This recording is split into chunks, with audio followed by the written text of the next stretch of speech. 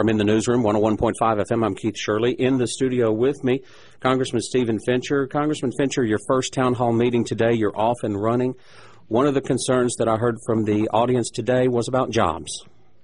Keith, jobs are on the front of everybody's mind right now. People are hurting all over the country. In the 8th District, unemployment is 10+% in many counties. I made the comment today at the town hall meeting. We had a great meeting this morning, listening to her. We're all over the district the rest of the week. We must make sure that the policy coming out of Washington is not job crushing. We've got to make sure that we are easing regulation, making it easier for businesses to expand and to hire workers and to let the free market and our system of capitalism work. Stimulus bills and bailouts aren't the answer to getting our economy back to where it needs to be. I think hopefully we're going to be moving in the right direction. We've already addressed some key things, trying to get spending under control.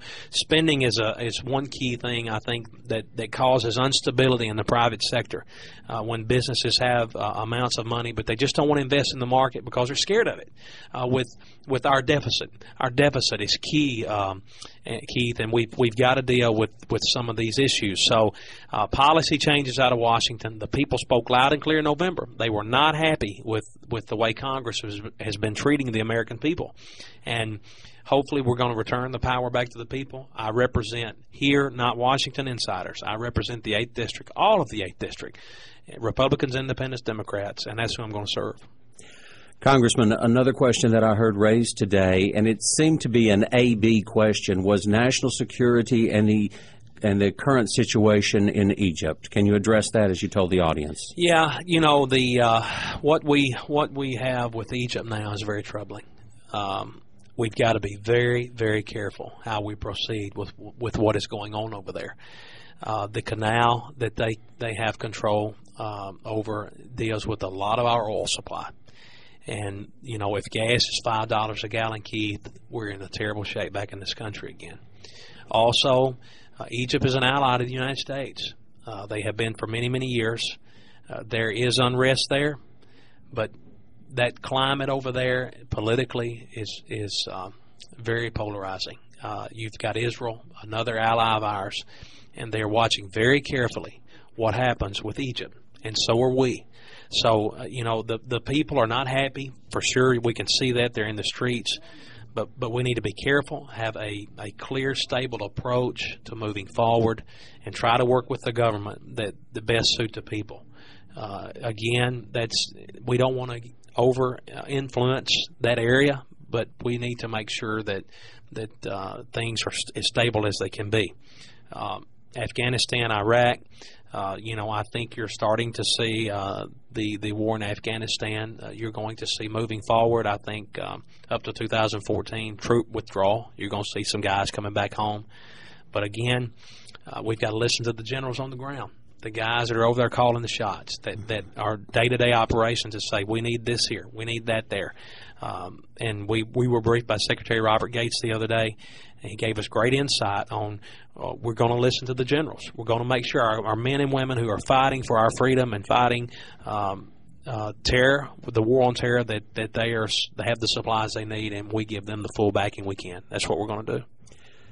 And that gives me a segue into my next question, which is about listening to the generals. You're listening to the generals on the ground that are fighting the war there, and you're listening to the people back in the 8th Congressional District when it comes to jobs, to the economy, to health care, to improved education, and to keeping our borders safe.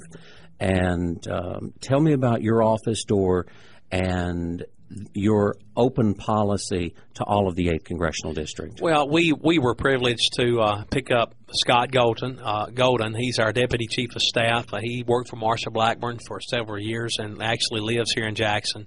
He will be my guy to handle things here when I'm not here. We have an office in Jackson. Debbie Shires will be one of my case workers there. Debbie worked for Congressman Tanner. She's very experienced, a sweet person with a heart to serve. That's what I was looking for, Keith. I was looking for someone that would help folks. Hannah Powell is a field rep. Wills Gardner, Hannah's from Crockett County. Wills is from Shelby County. He's working for us. Luann White from Obion County is coming back down to the Dyersburg office to help us. She also did some part-time work for Congressman Tanner. We've known each other's families for a long time. We just didn't know it till real recently. But again, a willing heart is what we were looking for to serve all of the 8th District. We have an office in Dixon. We are establishing an office in another county. We're not hardly there yet, but we're getting close. And hopefully service. That's what this is about, Keith, serving the district, all of the district. And talking about the people that handle the business when you're not here, you're already off and running on your town hall meetings. That was one of your campaign promises. Another of your campaign promises was to be here frequently. You've already started doing that. And another of your campaign promises was to do with the congressional insurance and the people's money that pays for that. I'd like to ask you to address that and explain that to me. Yeah, I said many times on the campaign trail that I think what we need back in Washington are citizen legislators. We need to get back to the days, as much as we can, of the way our founders viewed our government. That this is not a career. This is not Stephen Fincher going to Washington and forgetting who I am and where I'm from and in touch with reality, the real people of the district. Me and my family keeping our insurance with Farm Bureau keeps me in touch with the district. And when premiums go up, I know it. When my health coverage changes, I know it. It keeps me in touch with the free market. So we made that promise, and I'm sticking to it. We also, I'm one of the few members that I'm living in my office. That is somewhat unusual, but it's the conservative approach. I'm not in Washington much. I want to be here. I spend the night there, and I work the rest of the time. We're up about 3 or 4 days a week, and we're staying in our office, and that also keeps me in touch with my work. Congressman, thank you for your time, and I look forward to many more of these opportunities. Thank you, Keith. Appreciate it.